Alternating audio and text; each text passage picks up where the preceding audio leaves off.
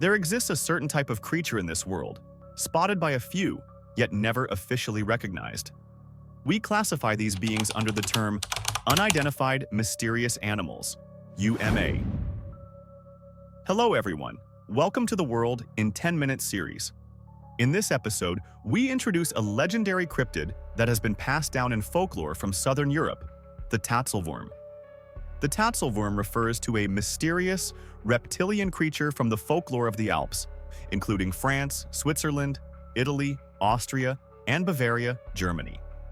It goes by many names depending on the region, such as Tatzelwurm, tunnel worm, mine dragon, cave worm, jumping worm, and Arasus. Descriptions of the Tatzelwurm vary significantly across different countries and centuries. However, the most common depiction describes it as a creature with the head of a feline, a body length between 2 and 6 feet, and only 2 front legs.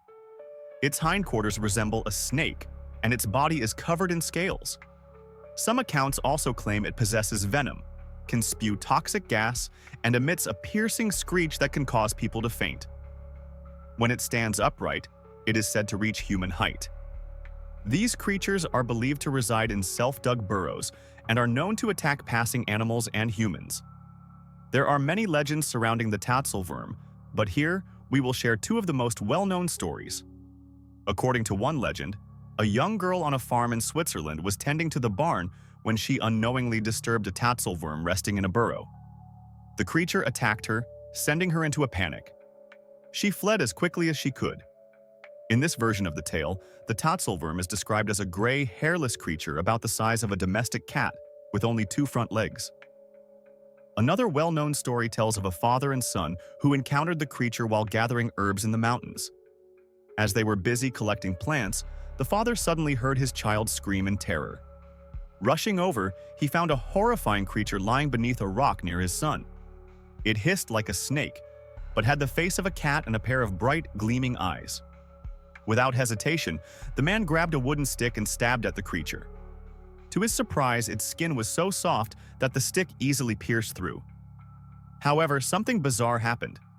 The wound sprayed green blood that severely burned the man's leg, leaving him struggling to walk. His journey home became long and arduous. Regardless of which version is told, all accounts depict the Tatzelwurm as a strange and dangerous creature. Sightings of the Tatzelwurm are numerous, with the earliest recorded encounter dating back to the 18th century. In 1779, a man named Hans Fuchs was picking blueberries in the Austrian Alps near Tyrol when he allegedly encountered 2 Tatzelwurms. According to Fuchs, the creatures were between 5 and 7 feet long, with the body of a snake, the head of a feline, 2 front claws, and a mouth full of razor-sharp teeth. Overcome with shock and fear, Fuchs immediately ran home to tell his family about the encounter.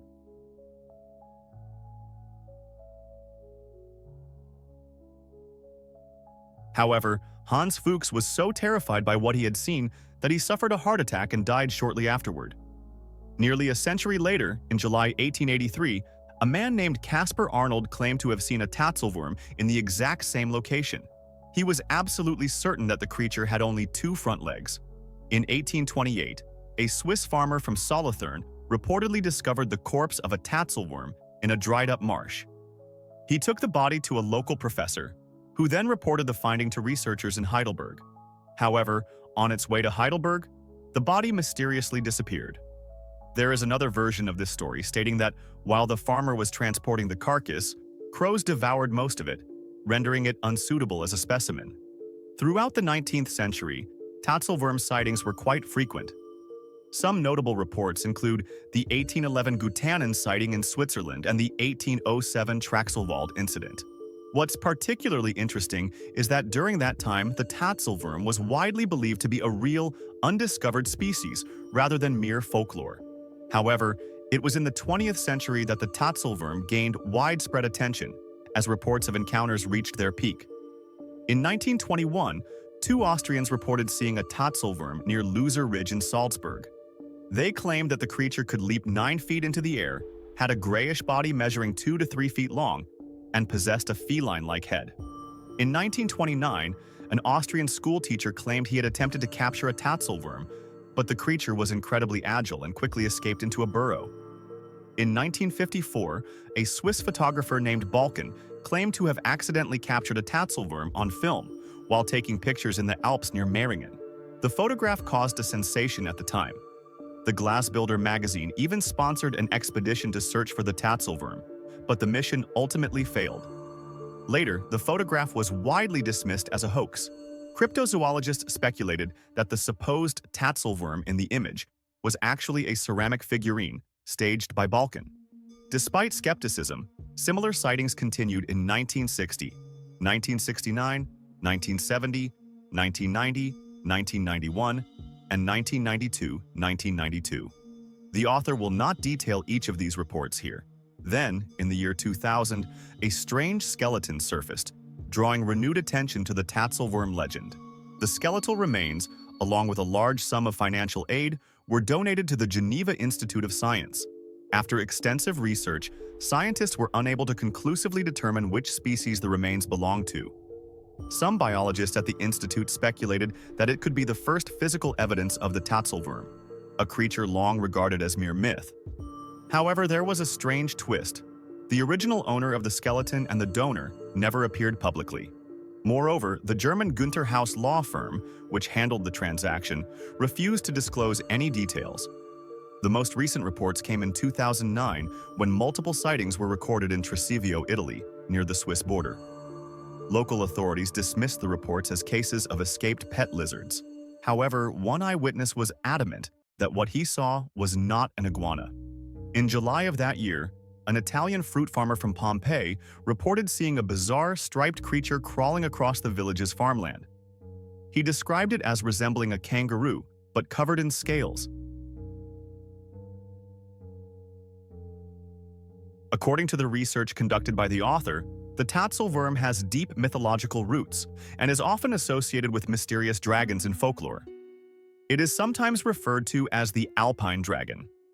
Unlike traditional Western dragons, this creature is more akin to a serpent-dragon hybrid. One of the earliest mentions of such a creature dates back to the 14th century in the legend of a dragon slayer. Before the reign of Rudolf, a serpent-like dragon was said to have lived in a cave near Neuschwanstein Castle, causing havoc for the local residents.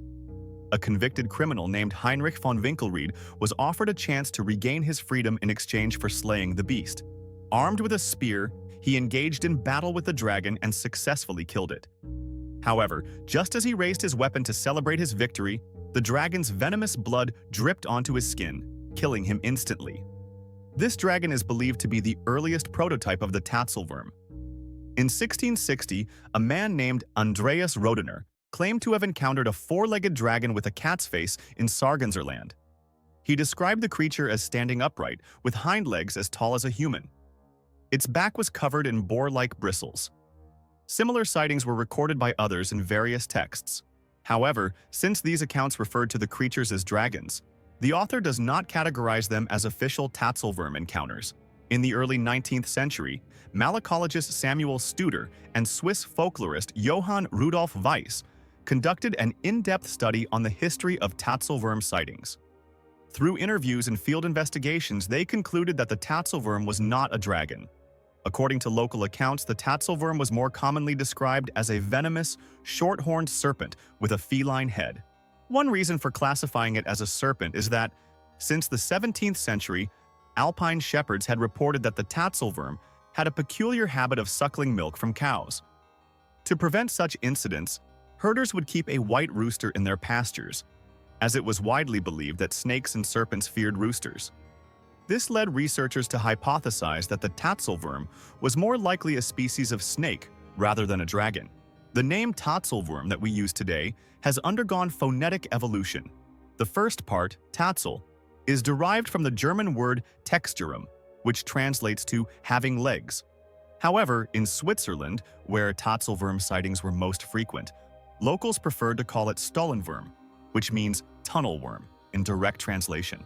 Since this creature is said to seek crevices in the mountains to hibernate during winter, has a snake-like tail, highly potent venom, and an extended hibernation period, these characteristics suggest that it might belong to the Helodermatidae family, similar to the Gila monster or the Mexican beaded lizard.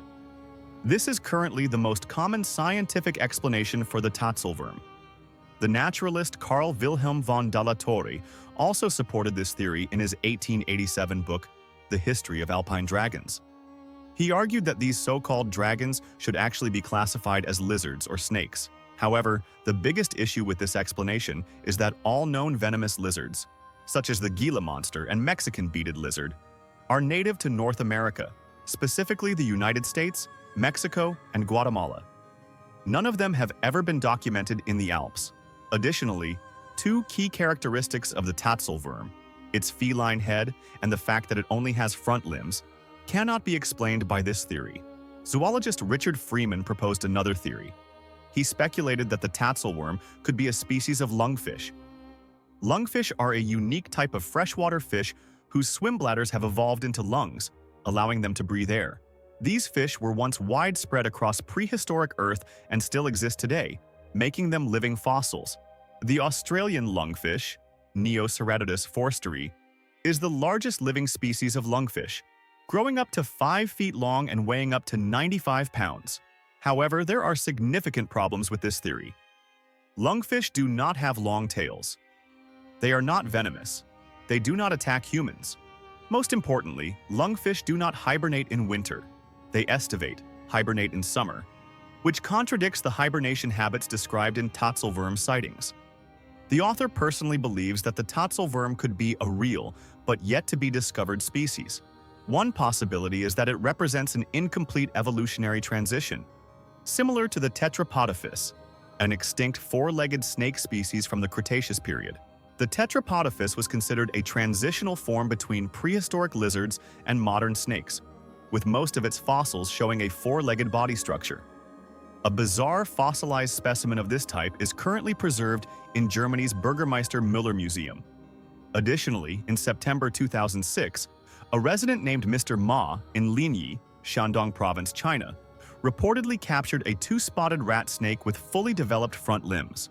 According to Professor Cao Shandong from the Linyi Normal University's Department of Life Sciences, this was likely a genetic atavism, a rare evolutionary throwback where a species displays ancient lost traits. The Alps have a highly diverse climate with high humidity and numerous cave systems, making them an ideal environment for burrowing creatures. It is possible that a few rare species successfully adapted to this unique habitat over time. Even today, we still have no definitive answer as to what the Tatzelwurm truly is. However, the fact that it is one of the few UMA creatures still being sighted in the 21st century suggests that the mystery is far from over. Perhaps in the near future, someone will finally uncover the truth behind this enigmatic being. Whether it turns out to be a new species or a case of mistaken identity, studying the Tatzelwurm will undoubtedly provide valuable insights into ecological conservation and evolutionary biology. As always, the unknown will always be greater than the known. That is the true allure of unidentified mysterious animals. That's it for today's episode. Thanks for watching.